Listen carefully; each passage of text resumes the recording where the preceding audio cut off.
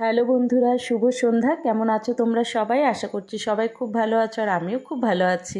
আবারও একটি নতুন ভিডিওতে তোমাদের সবাইকে অনেক স্বাগত আর অনেক অনেক ভালোবাসা। আজ আমরা এসেছি অগ্নিকন্যা পার্কে। আমার মেজদিরা এসেছিল বেড়াতে, তো সন্ধেবেলা একটু আমরা সবাই মিলে বেরিয়ে পড়লাম অগ্নিকন্যা পার্কে। দিনের বেলা তো অনেকবারই আসা হয়েছে, তো সন্ধ্যের দিকে কখনো আসা হয়নি, তাই ভাবলাম ওদের নিয়ে একটু ঘুরে আসি। সত্যি কথা বলতে সন্ধেবেলা এসেও কিন্তু খুবই ভালো লাগলো, চারিদিক লাইটিং দিয়ে সাজানো, খুবই ভালো লাগছিল। ঢোকার মুখেই দেখলাম রং বেরঙের মাছ, কত সুন্দর লাগছিল দেখতে। এদিকে ঘটু আর তোজো বায়না ধরেছে ওরা দোলনায় চড়বে। কি আর করব, ওদের সাথে সাথে আমি আর সোনাও চড়ে বসলাম। আর এই দোলনায় চড়তে না আমার ভীষণ ভয় লাগে।